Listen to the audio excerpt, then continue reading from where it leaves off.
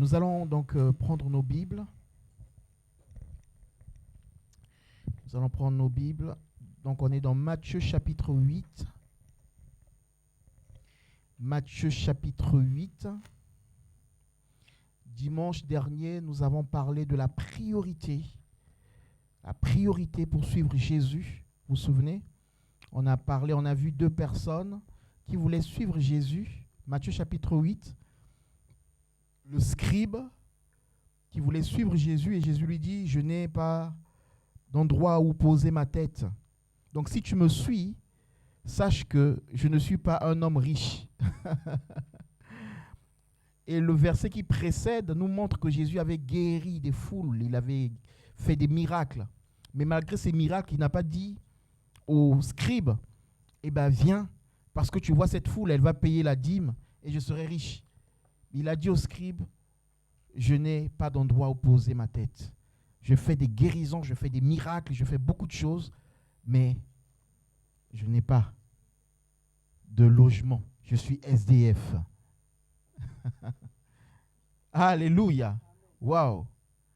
Et je disais, si c'était à notre époque, là où j'ai des foules qui me suivent, des foules que je guéris. En plus, un scribe, c'est un fonctionnaire. Donc, j'aurais dit, attends, tu vois, pour l'instant, je n'ai pas où poser ma tête. Mais tu vois la foule qui me suit là, on va gagner beaucoup d'argent. Et donc, on aura un endroit, on va bâtir des monuments, on va bâtir des lieux, on va bâtir des maisons. Et puis, on a vu aussi le deuxième qui était là, il a entendu.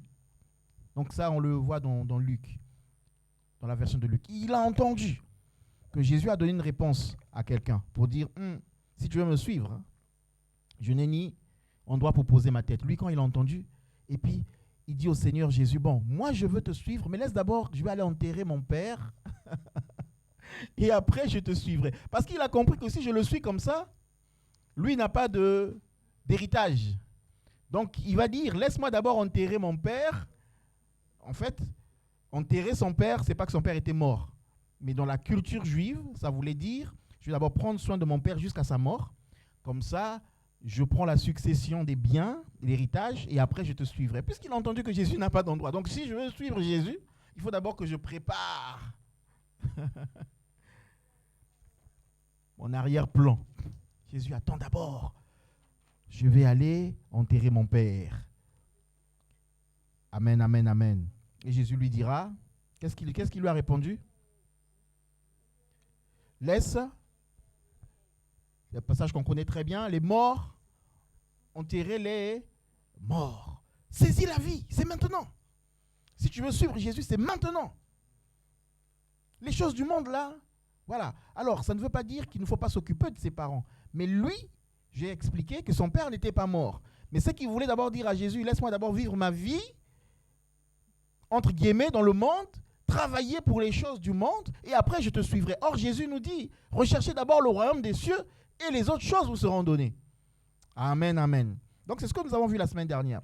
Et ensuite, nous avons donc vu que, à la suite de ça, Jésus nous rappelle que celui qui préfère son père, sa mère, sa sœur, même sa propre vie à lui-même, n'est pas digne d'être son disciple. Donc, Jésus nous invite à faire un choix radical pour le suivre. Pourquoi? Parce que lui, il a fait un choix radical pour nous sauver. Jésus a fait un choix radical pour te sauver. Les gens veulent d'un évangile où on peut faire de l'à peu près, où il n'y a pas de rigueur. Mais Jésus a souffert, il y a eu de la rigueur contre le Seigneur Jésus. Alléluia. Et il dit, c'est les violents qui s'emparent du royaume des cieux. C'est ceux qui persévèrent. C'est ceux qui payent le prix. Alléluia. Donc, nous allons continuer, toujours dans Matthieu chapitre 8. Maintenant, la suite. Matthieu chapitre 8, à partir du verset 18. Si quelqu'un veut bien lire, Matthieu chapitre 8, à partir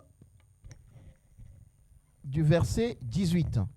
Alors, verset 18, on va lire jusqu'à la fin. Comme ça, on va comprendre un peu le contexte. Je lis la parole. Voyant une grande foule autour de lui, Jésus donna l'ordre de passer de l'autre côté du lac. Un spécialiste de la loi s'approcha et lui dit « Maître, je te suivrai partout où tu iras. » Jésus lui répondit « Les renards ont des tanières et les oiseaux du ciel ont des nids, mais le Fils de l'homme n'a pas un endroit où il puisse reposer sa tête. » Un autre parmi les disciples lui dit « Seigneur, permets-moi d'aller d'abord enterrer mon père. » Mais Jésus lui répondit « Suis-moi et laisse les morts enterrer leurs morts. » Il monta dans la barque et ses disciples le suivirent. Soudain, il s'éleva sur le lac une si grande tempête que la barque était recouverte par les vagues. Et lui, il dormait. Les disciples s'approchèrent et le réveillèrent en disant « Seigneur, sauve-nous, nous allons mourir. » Il leur dit « Pourquoi êtes-vous si craintifs, hommes de peu de foi ?» Alors il se leva, menaçant les vents du lac, et il y eut un grand calme. Ces hommes furent très étonnés et dirent « Quel genre d'homme est-ce ? Même les vents et la mer lui obéissent. » Lorsqu'il fut arrivé sur l'autre rive, dans le pays des Gadaréniens, deux démoniaques qui sortaient des tombeaux vinrent à sa rencontre. Ils étaient si dangereux que personne n'osait passer par là. Et voilà qu'ils se mirent à crier « Que nous veux-tu, Jésus, Fils de Dieu ? Es-tu venu ici pour nous tourmenter avant le moment fixé ?» Il y avait loin d'eux un grand troupeau de porcs en train de chercher à manger. Les démons suppliaient Jésus. « Si tu nous chasses, permets-nous d'aller dans ce troupeau de porcs. » « Allez-y, leur dit-il. Ils sortirent des deux hommes et entrèrent dans les porcs. Alors tout le troupeau se précipita du haut de la falaise dans le lac et moururent dans l'eau. Les gardiens du troupeau s'enfuirent et allèrent dans la ville rapporter tout ce qui s'était passé et ce qui était arrivé aux démoniaques. Alors tous les habitants de la ville sortirent à la rencontre de Jésus et dès qu'ils le virent, ils le supplièrent de quitter leur territoire. Amen. Amen. Amen, amen. Amen. Est-ce que vous êtes là? Amen. Jésus qui fait des miracles. Jésus qui est plein de compassion. Vous voyez, dans cette histoire, quand on part du verset 18, on voit que Jésus, alors, on a vu dès le début, il a guéri le lépreux, vous vous souvenez? Il a guéri le serviteur du centenier. Et après, il avait guéri qui? On a vu ça il y a 2 dimanches. Après, il a guéri la belle-mère de Pierre. Et maintenant, entre la belle-mère de Pierre et ce qui va suivre après, il a fait plein d'autres miracles. Il a guéri plein d'autres personnes. Donc, il est dit au verset 16, « Le soir, on amena auprès de Jésus plusieurs démoniaques.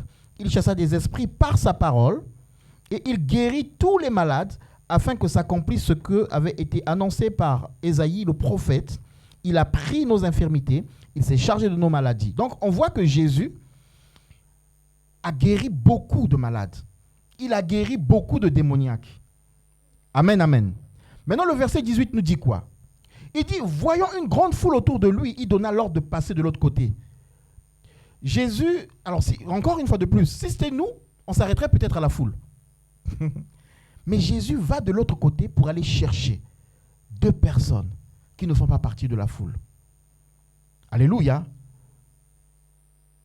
Des fois, on peut croire que Jésus est juste là où il y a la foule. Jésus vient même là où il y a 2 personnes pour venir te chercher. Nous sommes dans une saison où, alors c'est pas juste maintenant, ça a toujours été comme ça en fait, où c'est vraiment la foule qui attire. Et on a l'impression que là où il n'y a pas de foule, Dieu n'est pas là. Mais on voit Jésus qui quitte la foule, il dit, voyons la foule autour de lui, il donna l'ordre de passer à l'autre bord. Pour aller faire quoi? À l'autre bord. Jusqu'ici, on ne nous dit pas. C'est dans la suite. Vous avez suivi l'histoire? Qu'est-ce qu'il est allé faire à l'autre bord? Guérir des démoniaques. Jésus peut laisser du monde pour venir te chercher et traiter ton problème. Alléluia. Jésus peut venir là où tu es dans ta solitude pour venir traiter ton problème. Alors, ce matin, ce que j'ai envie de partager avec nous, c'est la tempête dans la barque. Parce que Jésus dit à ses disciples, il est dit, quand il a vu la foule, il a donné l'ordre, notez bien, il a donné l'ordre de passer de l'autre côté. À qui il a donné l'ordre? Aux disciples. Il n'a pas négocié avec les disciples. Il n'a pas dit, est-ce qu'on peut aller de l'autre côté? Est-ce qu'on peut faire telle activité? Il a dit, on y va de l'autre côté. Alléluia. Un disciple, c'est celui qui reçoit des ordres.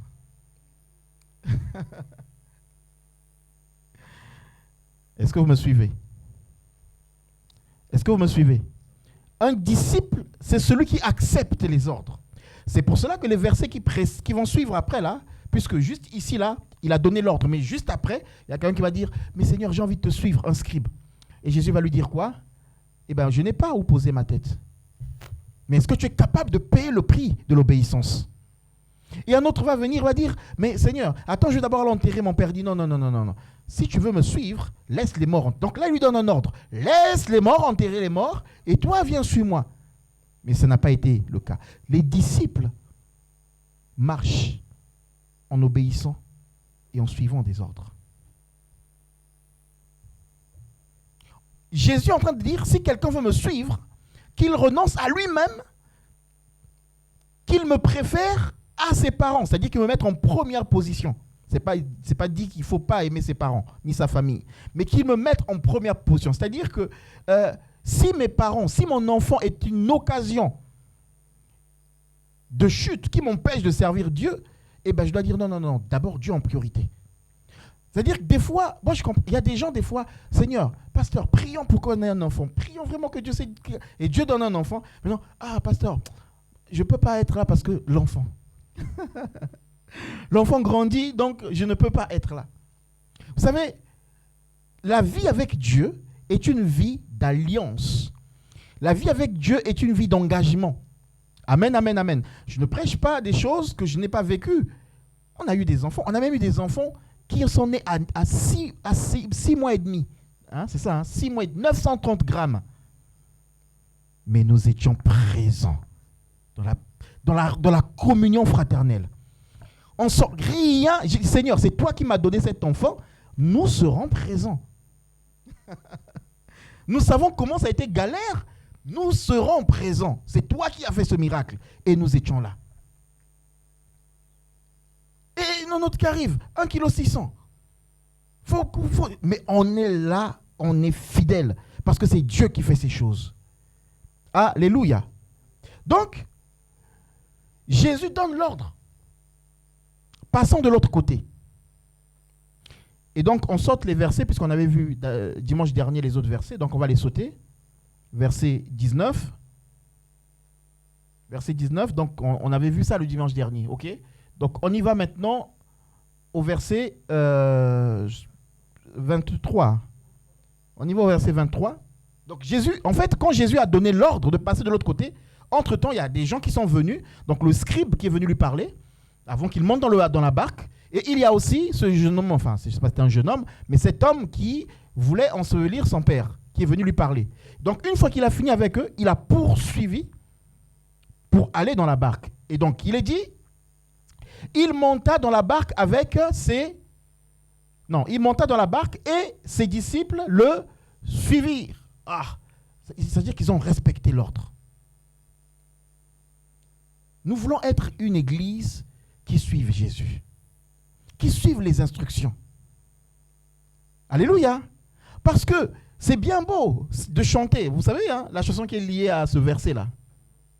Qui connaît la chanson qui est liée à ce verset? Qui la connaît? Est-ce que ceux qui nous suivent de loin, est-ce qu'ils connaissent? Il n'a pas dit que Dieu coulerait. Il n'a pas dit que Dieu souffrerait. Il a dit, allons à l'autre bord. Mais est-ce que tu es monté dans la barque? Au lieu de nous faire des vibes, de tout ça, est-ce que tu es monté dans la barque? Le chant là, quand tu l'entends. Allons à l'autre bord. Allons, je coule. Et en plus, c'est égoïste parce que quand on la chante souvent, on s'imagine que je ne vais pas couler, je vais aller à l'autre bord pour moi-même. Non, Jésus les a emmenés à l'autre bord pour les deux qui? Les deux démoniaques. Ce n'était pas pour eux-mêmes. On est dans l'évangile du moi-même aujourd'hui. J'ai besoin. Seigneur, aide-moi. Aide de l'autre côté, pour moi, pour recevoir, pour vivre la victoire, pour démontrer que je suis puissant. Non, pour les autres. La vie que nous avons reçue, Dieu veut qu'on la partage. Donc, ils sont montés dans la barque et les disciples ont obéi et ils l'ont suivi. Je prie pour que nous soyons une église d'hommes et de femmes obéissants. Montons dans la barque de la prière. Montons dans la barque de l'étude biblique. Montons dans la barque, alléluia, de la louange, de l'adoration. Montons dans la barque du service. Jésus est venu et il nous a servi. Et nous avons besoin, nous, en retour, de le servir. Alléluia. Il n'a pas dit que tu coulerais. Oui, il n'a pas dit qu'on coulerait. Mais est-ce que je suis si je ne suis pas dans la barque, ça ne me concerne pas. Ça veut dire que je ne suis pas avec Jésus. Donc, dans notre barque, nous aurons la tempête. La barque peut symboliser ta vie. La barque peut symboliser l'église. La barque peut symboliser le monde dans lequel nous vivons. Ça peut être ta famille. Ça peut être ton travail. La barque peut symboliser la vie de tes enfants. Et dans cette barque, il y aura des tempêtes. Donc, il est dit, il monta dans la barque. Et le verset suivant nous dit quoi? Verset 24, il nous dit, et voici, il se leva sur la mer une si grande tempête que la barque était couverte par les flots. Et lui, il dormait. Je ne sais pas si vous avez vu, moi je suis tombé sur des vidéos des migrants qui arrivent là. Des fois, je tombe sur des vidéos des migrants qui arrivent et qui sont au milieu de l'océan.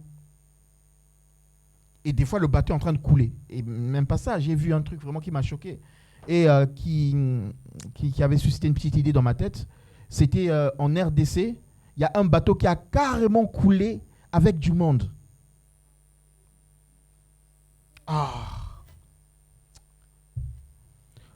Donc, vous voyez, nous, on lit ça, mais on ne réalise pas ce que c'est. Donc, il est dit qu'à un moment donné, il s'éleva sur la mer une si grande tempête. La tempête s'élève sur la mer, mais sur la mer, il y a une barque.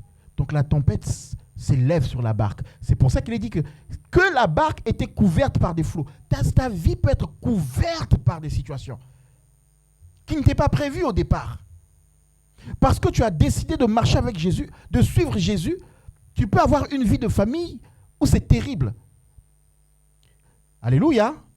Parce qu'on nous a appris que, vous savez, le message de l'évangile qui a été beaucoup prêché entre-temps, c'est « Viens à Jésus, tes problèmes seront réglés ». Et quand les gens viennent à Jésus, ils attendent que leurs problèmes soient réglés et ils remarquent qu'ils ont encore plus de problèmes. Et ils disent « Ah, mais en fait, Jésus n'est pas... donc en fait, non, Jésus, ce n'est pas un garçon de course qui peut régler nos problèmes. » Ils repartent dans le monde. Oui, là, Jésus dit « Venez, montons dans la barque. » Et dans la barque, il y a des problèmes. « Venons, montons dans l'église. » Et dans l'église, il y a des problèmes. Oh, mais oui, mais comment Jésus nous a dit de rentrer dans l'église? Dans l'église, normalement, on devait trouver des gens qui aiment Dieu, des gens qui marchent bien. Mais comment ça se fait que dans l'église, il y a des gens qui sont méchants, des gens qui sont... Oui. Parce que l'église est un hôpital où les gens viennent malades pour être guéris, où les gens acceptent d'être guéris. Mais le travail de guérison peut prendre du temps. Alléluia. Donc, il y aura de la tempête qui s'élèvera. Dans ma famille, il y a des problèmes. Avec mes parents, ça ne va pas. Avec ma soeur, mon frère, ça ne va pas. Mais pourtant, je suis chrétien. Seigneur, qu'est-ce qui se passe? J'ai prié. Eh bien, il y a la tempête qui se lève dans la barque. Seigneur, j'ai eu un nouveau travail. Tout se passait bien. J'étais content. Mais maintenant, il y a une tempête qui s'élève. Maintenant, je vois que je suis en train de sombrer dans ce travail. Il y a de la dépression qui arrive. Mais pourtant, je suis ton enfant. Seigneur, dans cette relation, ça ne va pas. Pourtant, tu es présent. Alléluia. La barque. Et tous, nous avons en face de nous une tempête dans un domaine quelconque. Tous, nous avons une situation qui nous ronge, qui nous bouffe. Une situation qui veut nous anéantir. Mais, l'avantage, c'est que, verset suivant, les disciples s'étant approchés, le réveillèrent et dirent « Seigneur, sauve-nous, nous périssons. » L'avantage que nous avons, ce n'est pas parce que nous pouvons crier à Jésus, ici. Ce n'est pas ça l'avantage. Dans cette situation-là, ce n'est pas ça l'avantage. Seigneur, réveille-toi, parce que nous périssons. L'avantage que nous avons, c'est quoi? Qui connaît l'avantage que nous avons? Nous l'avons lu là. Le Seigneur est présent? Oui. Oui, mais encore plus.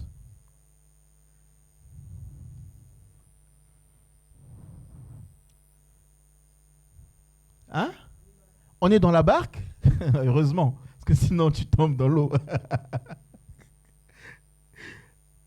Plus haut, plus haut. Réfléchissons au texte ensemble.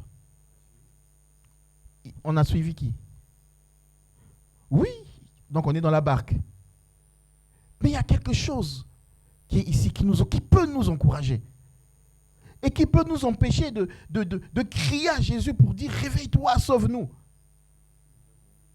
C'est lui qui a donné l'ordre. Et quand il a donné l'ordre, qu'est-ce qu'il a dit? Allons à l'autre bord. Alléluia. Il a dit allons. Donc, c'est-à-dire que s'il nous emmène à l'autre bord, c'est que nous allons y arriver. Si Jésus dit allons à l'autre bord, c'est que nous allons arriver. Vous savez, nous, Dieu nous a dit quitter Paris. Dieu nous a montré quand. On est arrivé à quand? C'était galère de chez galère. Et dans la galère que nous avons vécue, de 2011 à fin 2015, dans cette galère, on pouvait faire autre chose. On pouvait faire d'autres choix. Mais nous avions une parole du Seigneur. Une parole du Seigneur qui avait dit, là-bas, c'est là-bas que je vous bénirai. Alléluia. Donc, ils avaient une promesse. Allons à l'autre bord. Allons de l'autre côté. Et ça, c'était suffisant pour qu'ils soient dans la barque et disent, même s'il y a des flots, même s'il y a de la tempête, mais Dieu, Jésus qui vient de faire des miracles, nous a dit qu'on va de l'autre côté. Alléluia. Est-ce que tu peux t'accrocher sur la parole que Dieu t'a donnée? C'est pour ça qu'il faut chercher à écouter Dieu. Parce que vous aurez des tempêtes. Vous aurez des difficultés. Vous allez traverser des temps difficiles. C'est pour ça quand on dit étudions la parole de Dieu, c'est pour que Dieu nous parle et que nous soyons préparés à ce que nous allons vivre plus tard. Parce qu'il faut qu'on entende la parole de Dieu. Donc il faut qu'on entende ce que Dieu nous annonce pour demain. Alléluia. C'est ça qui va faire que dans l'épreuve, je suis serein. Je sais quand même qu'il y a quelque chose, il y a une paix. Jean chapitre 14. Il nous dit quoi? Jean chapitre 14, verset 27. Jean chapitre 14, verset 27.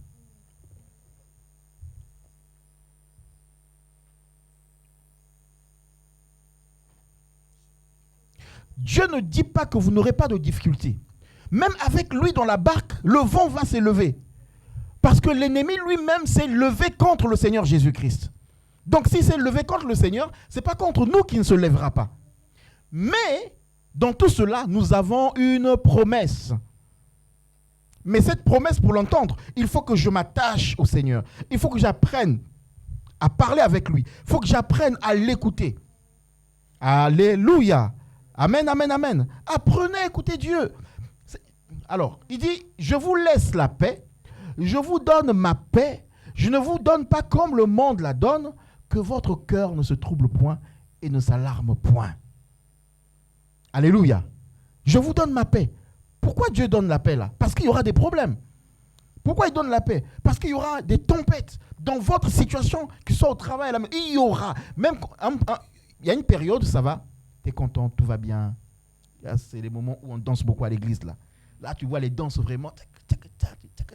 Loué, loué, loué, loué. Ah. Mais moi-même, un jour là, j'ai dansé, mais comme jamais à l'église. J'avais vraiment dansé. C'était en 2016, je me souviens. En 2015, je me souviens.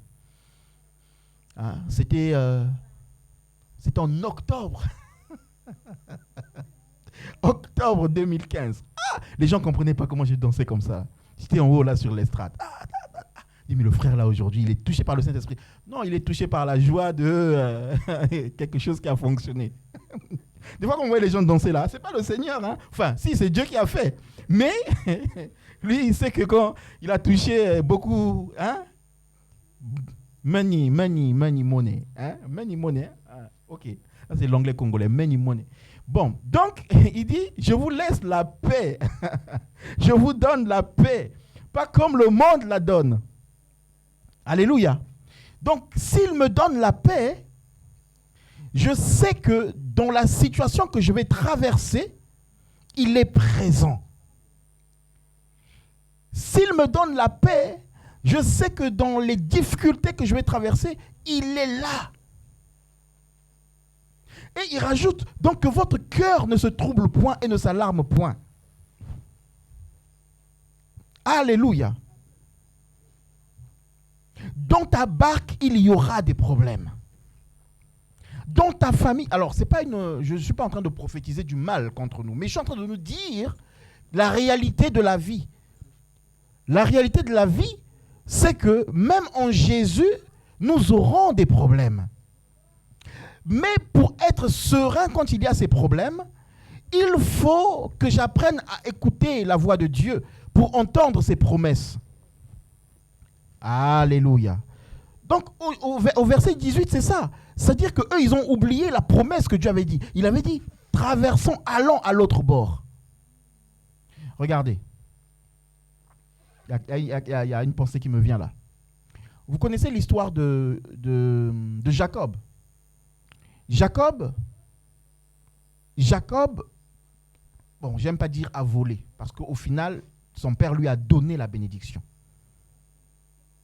Donc finalement, il n'a pas volé, puisque il a volé au départ, mais après, son père l'a rappelé, il a béni, donc il lui a donné vraiment cette bénédiction. Jacob a reçu la bénédiction de son père, il a fui. Il arrive à Bethel, il dort, et là, il parle avec Dieu. Dieu lui donne des promesses. Dieu lui dit, là où tu vas, là, je vais te garder, je vais t'accompagner, je vais te bénir, et je te ramènerai. Maintenant, quand il arrive chez Laban, Laban ne sait pas que Jacob, dans le secret, a une alliance avec Dieu. A une promesse de Dieu. Vous savez, des fois, les gens vont vous attaquer, mais ils ne savent pas les promesses de Dieu que vous avez eues dans le secret. C'est pour ça, allez chercher les promesses de Dieu dans le secret. Quand vous allez être avec quelqu'un, quelqu'un peut faire tout son business là, tout ça pour vous, mais il va être confronté à la promesse de Dieu dans votre vie. Alléluia. Mais ça, il faut aller le chercher dans le secret. Donc, Dieu dit à Jacob, je te bénirai, je te garderai, tout ça. Et Jacob arrive donc chez son oncle, chez Laban. Et là-bas, Laban, donc la maison de Laban est bénie à cause de Jacob. Ça, on avait vu ça avec Joseph, comment nos vies peuvent être des bénédictions pour les gens. Vous ne vous rendez pas compte. Vous savez, les gens parlent beaucoup d'étoiles, de tout ça. Non, vous avez Jésus et le Saint-Esprit qui fait que quand vous êtes quelque part, le lieu est béni. Il y a des gens dans leur travail, ils disent, mais toi, mais comment les gens viennent des fois s'asseoir avec toi et des fois tu es même fatigué. Tu veux faire autre chose, mais tu ne peux pas les chasser. Les gens, ils sont là, ils viennent s'asseoir avec toi parce que tu as quelque chose du Seigneur. Donc, Jacob chez Laban commence à être une bénédiction pour la vie, la maison de Laban. Et puis Laban veut l'escroquer. Bon, il a déjà escroqué plusieurs fois. Et puis là, maintenant, il dit, bon, on va faire ça. Les animaux tachetés seront pour toi, les non tachetés seront pour moi. Comme ça, ce sera ton salaire. Mais il ne sait pas que la personne à qui il dit ça a une alliance avec Dieu. Alors, je ne sais plus si c'était les tachetés ou les non tachetés. Mais en tout cas, Dieu a multiplié plus les animaux qui naissaient le plus. C'était les animaux qui étaient affectés à qui? À Jacob. Mais Jacob était tranquille. Pourquoi? Parce qu'à Bethel, il avait entendu la voix de Dieu. Il avait la promesse de Dieu. Cherche la promesse de Dieu dans le secret. Les problèmes, on en aura. La barque, elle va avoir des flots. Mais ce qui va te donner de tenir, c'est la promesse de Dieu dans le secret. Amen, amen, amen, amen. Je vous assure, je vais donner ce témoignage-là. Je vous assure, ce n'est pas pour se vanter, mais je pense que Dieu nous donne de vivre ces situations-là pour les témoigner, pour que tu comprennes que ça peut être pratique pour toi. Dans cette ville de Caen, là, ici, il y a eu des périodes où les gens même nous ont critiqués, c'est-à-dire qu'on dit, mais lui, il ne veut pas travailler. Mais lui, il ne veut pas travailler. Va même à Paris chercher un travail. Va même là-bas chercher. Effectivement, il y en avait, mais ici, je ne trouvais pas. Mais pourquoi je n'allais pas à Paris? Parce que ici, Dieu m'avait dit, c'est ici. Donc, même si les gens parlaient, même dans l'église, c'est-à-dire que tu es avec des frères et des sœurs, mais ça parle. Mais ce qu'il ne savait pas, c'est que moi, j'avais entendu la voix de Dieu qui me dit, c'est là. Des fois, vous n'avez pas besoin de vous justifier. Laissez Dieu vous justifier des années après. Et la seule fois que je quitte la ville de Caen pour aller travailler ailleurs, la seule fois, je dis bien la seule fois, où j'accepte un contrat. Et d'ailleurs, ce contrat-là, c'est quelqu'un qui quitte, c'est combien de kilomètres d'ici? En tout cas, moi je suis parti d'ici à midi, je suis arrivé là-bas, il était 23h, au Ménuire. C'est quelqu'un qui quitte là-bas, qui vient ici pour me rendre visite. Et il me dit, viens travailler. Je dis, oh non. J'ai dit non. Il dit, viens, j'ai un poste pour toi. Je dis non. J'ai dit, moi ici, j'ai ma responsabilité. Je suis responsable de la chorale. J'ai l'église. Enfin, je n'étais pas pasteur, mais j'ai l'église. Je n'étais pas pasteur. Mais en tout cas, j'étais engagé dans l'église. Et donc, la personne est repartie. Elle est venue juste une journée. Et moi, en restant, il y a une sœur qui me dit, qui était avec nous à l'église, à la chorale, sœur Gaëlle, elle me dit, ah, frère Sorgé, toi, tu as découvert de beaucoup. Quelqu'un quitte loin là-bas, vient te chercher pour un travail. Tu as un travail qui est là sur un plateau. Et toi, tu dis, non, mais tu veux pas parler de la chorale, l'église, mais c'est pas toi le pasteur ici. Et puis là, quelque chose illumine mon esprit. Je dis, on dirait que là, c'est Dieu qui est en train de me parler. C'est vrai qu'il y a eu beaucoup d'offres où je ne suis pas parti. J'ai refusé de quitter Caen. Et où j'ai même refusé de travailler au McDo parce que je dois commencer le dimanche peut-être très tôt le matin, à Caen. Et moi, le dimanche, j'ai envie d'être à l'église. Mais cette fois-ci, quelque chose me dit qu'il faut que j'y aille. Suivez-moi bien. Je suis parti. Mais là, j'ai sauté quelques détails qui sont très importants. Je suis parti. Et avant de partir, j'ai dit, Seigneur, donne-moi un signe. On est samedi là, on te dit samedi, demain samedi. Si tu me donnes un signe, on m'appelle, même aller faire n'importe quel travail, je ne pars pas. Mais si tu ne me donnes pas de signe, dimanche, j'y vais. Et je suis parti dimanche. J'ai fait 1 mois là-bas, je suis revenu. Et imaginez quand je suis revenu, je crois il s'est passé 3 semaines. On m'appelle là où je travaille pour un entretien. Je vais passer l'entretien et les questions qu'on me pose sur des choses, eh ben, je ne les connaissais pas, c'est là-bas que j'avais appris ça. 1 mois avant. 1 mois avant. Amen, amen, amen. Cherchez la parole de Dieu. Quand je dis la parole de Dieu, c'est le réma de Dieu. Dieu peut vous parler à votre esprit et vous mettre la paix dans des situations difficiles. Alléluia. Parce qu'il y aura la tempête. Et nous, c'était la tempête pendant cette période-là. C'était compliqué. C'était dur. Mais Dieu a donné une parole. Que Dieu te donne une parole. Alléluia. Que Dieu te donne. Donc il dit ici, verset 19, on y va, verset 19 ou verset... Non, verset 20, voilà. Il monta dans la barque et ses disciples le suivirent. Verset 24. Et donc il s'éleva une tempête, une si grande tempête. Les problèmes que vous aurez des fois vont pas être petits. Ils vont être grands. Et vous allez vous dire, mais est-ce que Jésus est avec nous? Oui, Jésus est avec nous. Jésus est dans la barque avec toi. David dira, quand je traverse la vallée de quoi? De l'ombre de la mort, je ne crains pas. Pourquoi? Parce que tu es avec moi. Donc, sa présence le rassure, mais il y a autre chose qui le rassure, c'est que David sait que l'Éternel est qui? Son berger.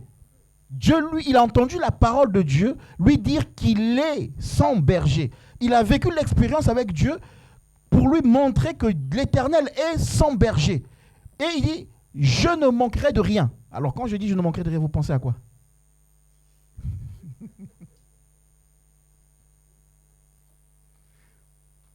Hein? Vous pensez à quoi? Je ne manquerai de rien. L'Éternel est mon berger. Ah, ça c'est quand j'ai faim. L'Éternel est mon berger. Je ne manquerai de rien. Mais je ne manquerai de rien. Je ne manquerai pas de sécurité. Je ne manquerai pas de victoire. Je ne manquerai pas de puissance. Parce que l'Éternel est mon berger. Et donc quand David le dit, il dit, je sais, quand je traverse l'ombre de la mort, c'est ça, hein, la vallée de l'ombre de la mort, je ne crains aucun mal. il fait 2 déclarations. Il dit, il sait qu'il est dans la barque qui bouge, mais il sait que c'est une traversée. Quel est ton état d'esprit? Il dit, l'Éternel est mon berger, il me fait reposer. Son repos, là où il demeure, c'est dans les verts pâturages. Mais dans la vallée de l'ombre de la mort, il est de passage. Quel est ton état d'esprit dans la barque, dans le problème que tu as? Est-ce que tu penses que tu demeures dans ce problème ou tu es de passage? Regardez ce que les disciples ont dit. Mets le verset suivant, regardez. Les disciples sont avec Jésus, regarde, il dit, les disciples s'étant approchés, le réveillèrent et dirent, Seigneur, sauve-nous, nous périssons. Regardez l'état d'esprit. Donc dans leur tête, les gens qui ont la promesse de Dieu, les gens à qui Jésus a dit, allons à l'autre bord. Donc ça dit, on va y arriver. Et là, Seigneur, sauve-nous, nous périssons. Nous sommes en train de mourir. Il y a une autre version qui dit, nous allons mourir. Donc ils proclament qu'en fait, là, ce n'est pas une traversée, mais ils vont rester dans l'eau. Il y a des gens qui ont déjà abandonné dans leur combat. Il y en a qui ont déjà baissé les bras dans leur combat. Ça sert à quoi de prier? J'ai déjà perdu. Ça sert à quoi de prier? Il y a des gens qui raisonnent comme ça. Seigneur, je suis en train de mourir. Mais pourtant, tu oublies que Dieu t'avait déjà donné une parole. Si tu réfléchis bien, même dans un songe, Dieu t'avait déjà parlé que tu serais victorieux. Je prie pour que nous ayons l'état d'esprit de victorieux. Des gens qui s'appuient sur la parole de Dieu. Il y aura la tempête, la barque va être secouée, mais nous allons traverser. Alléluia. Nous allons traverser. Nous allons traverser. Vous savez, on a vécu une situation très, très, très difficile samedi dernier. Quand on est parti à Paris. Mais, non, Seigneur. J'étais dans une paix pas possible. Amen, amen, amen. J'étais dans une paix pas possible.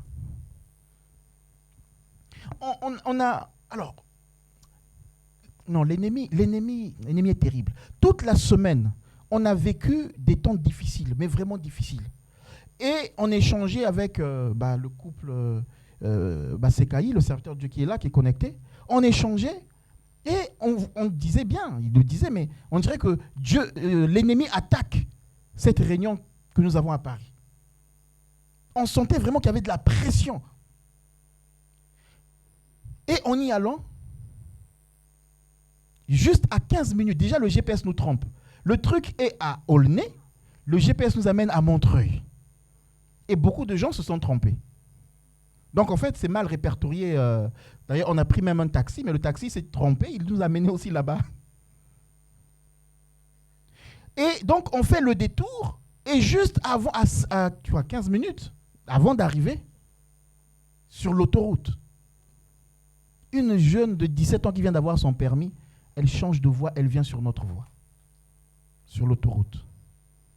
Donc, on a eu un accident où on a traîné, moi j'ai traîné la personne, donc sa voiture était comme ça, elle s'est retournée comme ça, et moi je l'ai traînée comme ça sur à peu près, 60 mètres.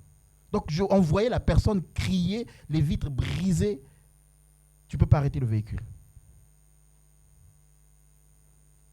Mais ma prière pendant ce temps-là, Seigneur, qu'on ne fasse pas de tonneau. Et donc on s'arrête, je vois de l'autre côté Anthony qui descend de la voiture, qui court vers nous. Il arrive, je lui dis, prends les affaires, continue, allez à la salle. Et même lui, il ne comprenait pas. Il dit, prends les affaires, allez-y. Mais non, non, vas-y. Amen, amen, amen. Pourquoi? Les pompiers arrivent, posent des questions, tout ça, ils me trouvent tellement serein, ils disent, le monsieur là, il a quelque chose qui ne va pas. Parce que dans la barque, Jésus est là.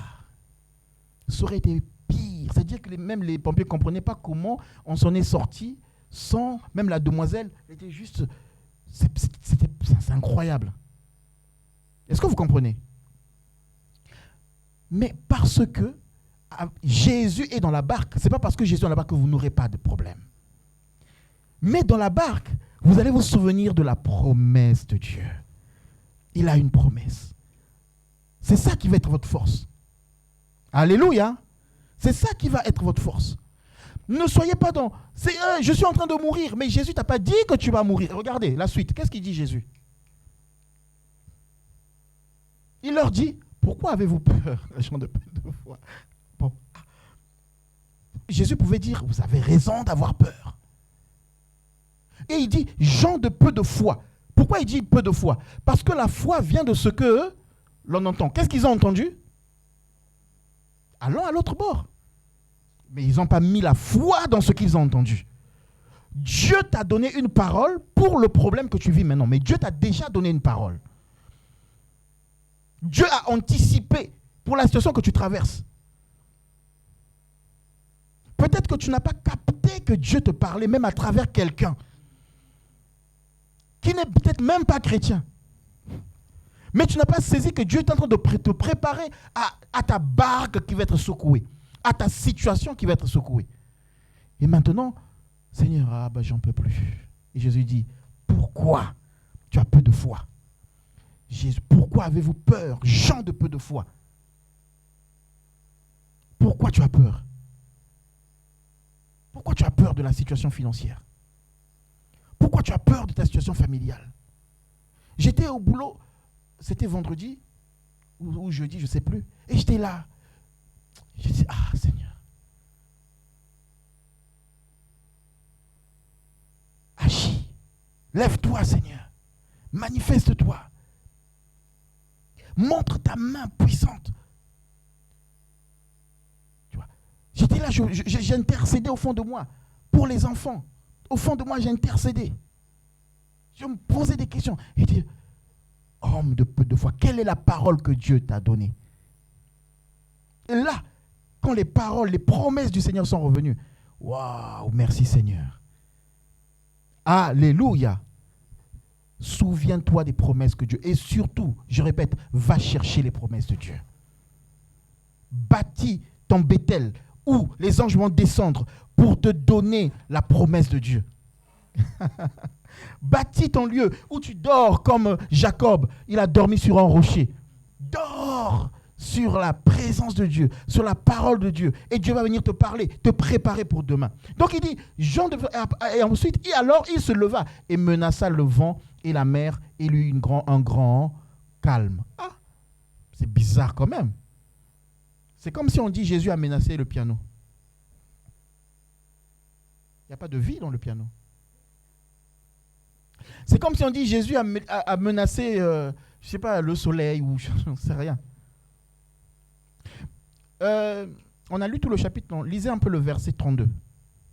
Mais le verset 32. Regardez. Moment au 31. Les démons prièrent Jésus en disant, si tu nous chasses, envoie-nous dans ce troupeau de pourceaux. Amen. Donc ça c'est l'histoire. On est toujours dans l'histoire qu'on a lue là. Vous vous souvenez? Ok? Puisqu'il est allé de l'autre côté, de l'autre bord, et il a délivré les démoniaques. Maintenant la suite il dit quoi? 32.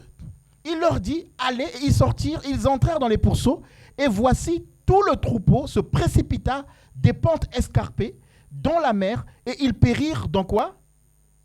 Ils périrent dans les eaux. Donc quand les démons sont rentrés dans les pourceaux, les démons les ont précipités dans l'eau. Donc les esprits sont partis dans Éphésiens chapitre 6, versets 11 et 12. Éphésiens chapitre 6, versets 11 et 12. Éphésiens chapitre 6, versets 11 et 12.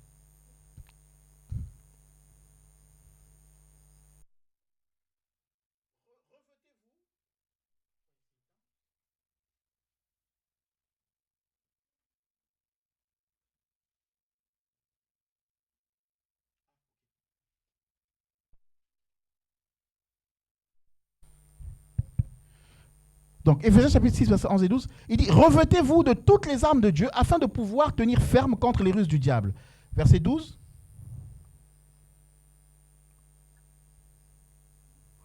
Car nous n'avons pas à lutter contre la chair et le sang, mais contre les dominations, contre les autorités, contre les princes de ce monde des ténèbres, contre les esprits méchants dans les lieux célestes.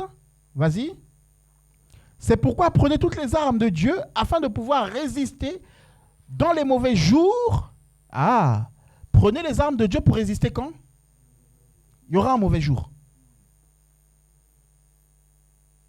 Amen, amen, amen.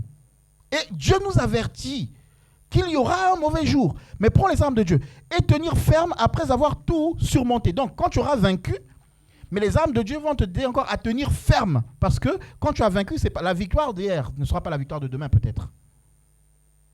Mais regardez au verset, il est dit, dans les lieux, verset 12, repart dans le verset 12, il est dit, aux autorités contre les princes de ce monde, des ténèbres, contre les esprits méchants dans les lieux célestes, c'est dans les airs.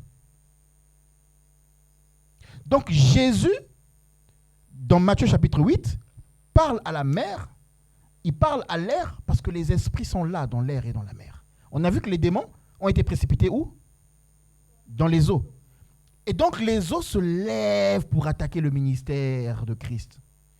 Les eaux, c'est-à-dire les esprits qui sont là, mettent l'eau en mouvement pour attaquer le ministère de Christ. La délivrance qui doit être opérée.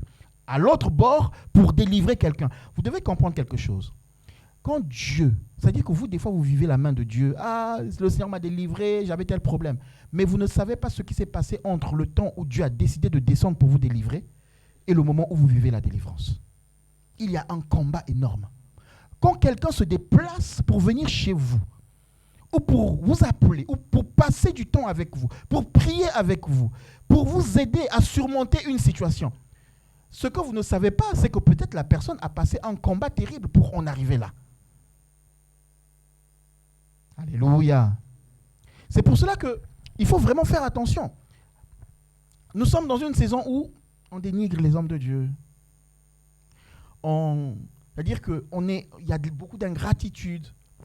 Quelqu'un peut passer du temps à accompagner quelqu'un, mais après il y a beaucoup de mépris. Mais ce que les gens ne savent pas, c'est que des fois, pour arriver juste chez toi, t'encourager, prier avec toi, la personne a vécu des combats.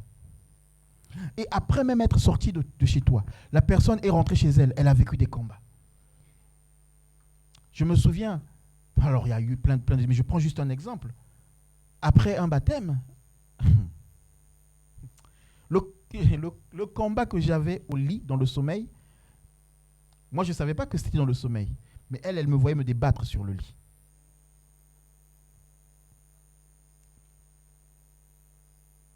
Et moi, je ne savais pas que ce qui se passait spirituellement là était réel. C'est-à-dire que c'était physique. Dans le lit où j'étais, je tremblais, je me battais. Mais c'était terrible. L'œuvre de Dieu, la vie avec Dieu, frères et sœurs, j'ai envie que vous compreniez qu'il y a un aspect spirituel derrière. On n'est pas en train de s'amuser. Alléluia. On n'est pas en train de s'amuser. Ne jouons pas avec le péché. Ne jouons pas avec la marche avec le Seigneur. Il y a vraiment des entités spirituelles qui sont en mouvement et qui combattent nos vies. Alléluia. L'ennemi ne voulait pas que ces deux-là soient délivrés. Les deux démoniaques là. Donc il dit, je vais secouer. Et les disciples, ils partent en mission avec Jésus. Ils ont obéi à Jésus pour aller de l'autre côté. Je vais les secouer sur la route. Ils ont des promesses, mais je vais les secouer. Ils ont la victoire, mais je vais les secouer. Mais dans ces secousses, Jésus nous révèle, pourquoi avez-vous peur? Tu es puissant. 2 Timothée chapitre 1 verset 7. Il dit, je vous ai animé. Vous avez reçu un esprit de courage et de force. Le Saint-Esprit vous a donné un esprit de force. Alléluia. Le Saint-Esprit, ce n'est pas seulement pour que je parle en langue. Et maintenant, quand il y a un problème, ok, c'est chaud là. Non, esprit de force. Je ne vais pas crier, oh, mais je suis en train de périr. Non, mais je vais crier que je marche dans la victoire, que cette situation va s'arrêter. Et ce n'est qu'une traversée. Alléluia.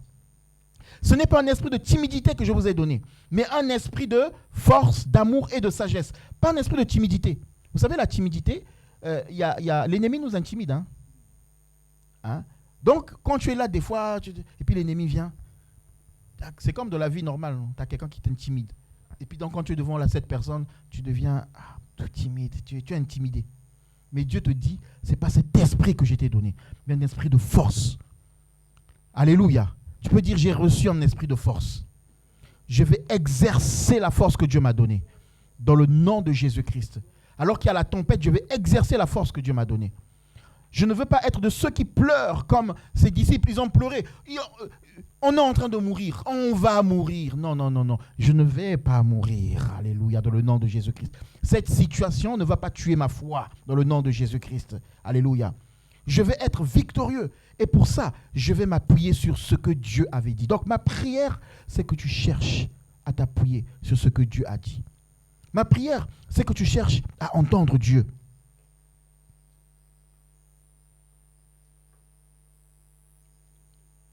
Alléluia. Donc, les eaux et l'air, vous êtes dans un environnement. Bon, ça, je ne vous apprends rien. Hein. Nous vivons dans un environnement qui est miné spirituellement. Mais l'environnement qui est miné, nous sommes plus que vainqueurs dans cet environnement. Est-ce que vous comprenez ça? Nous sommes plus que vainqueurs dans cet environnement. En tout cas, si nous marchons avec Dieu, si nous sommes vrais avec Dieu, nous sommes plus que vainqueurs. Il y a des gens qui nous regardent dans la rue et qui voient que lui là, il y a l'esprit de Dieu dedans, il y a quelque chose qui est puissant dedans. Vous passez tranquille. Des fois, vous mangez avec quelqu'un, vous rigolez avec quelqu'un. Moi, il y a des gens, j'ai arrêté de me poser des questions. Parce qu'il y a des gens, c'est bizarre. Tu es bien avec eux au travail, mais eux, jamais, tu ne leur as rien fait. Mais ils sont toujours bizarres avec toi au boulot. Il y a toujours quelque chose. Et il y avait des moments où je me posais des questions. Après, je me dis, oh, mais attends, au fait, mais peut-être que c'est spirituel. Tu n'as rien fait. Tu es toujours gentil, mais tu sens qu'il y a quelque chose. Il y a des gens qui voient la lumière en toi et qui sont de l'autre côté. Mais dans tout cela, est-ce que tu peux dire, je suis plus que vainqueur? Parce que Christ a tout accompli. Et parce qu'il a tout accompli, et parce que je suis plus que vainqueur, je veux exercer un esprit de force, un esprit de sagesse et un esprit d'amour au milieu des païens. Celui qui est fort exerce la sagesse et l'amour. Jésus étant plus fort a exercé l'amour et la sagesse. La force se manifeste dans l'amour. Amen, amen, amen. Je vais à la fin de mon message. Il leur dit donc, pourquoi avez-vous peur? Alors il se leva, menaça le vent et la mer et il y eut un grand calme. Vous voyez le cœur de Jésus? Jésus voit des fois à quel niveau nous sommes encore. Il dit, la parole que je lui ai donnée, il n'a pas encore saisi. Il n'est pas encore arrivé à ce niveau-là. Je vais quand même me lever et je vais me menacer. Jésus va me menacer pour toi, l'ennemi, dans le nom de Jésus. Là où même tu as peur, parce que tu n'as pas encore atteint un certain stade, Jésus se lève, il menace nos ennemis. Il fait taire. Verset 27. Ces hommes furent saisis d'étonnement. Quel est celui-ci, disait-il, à qui obéissent même les vents et la mer? J'aime bien cette phrase-là parce que cette phrase me fait toujours penser à quelque chose. Quand je conduis et quand j'arrive à un feu, le feu est rouge, je fais ça, le feu passe au vert. Et là, dans ma tête, je me dis, souvent, ça arrive souvent, tout le temps. Et donc, mais je connais la stratégie. Mais là, les enfants se disent avec madame, se disent, quel est cet homme à qui même le feu obéisse? Et là, je suis content.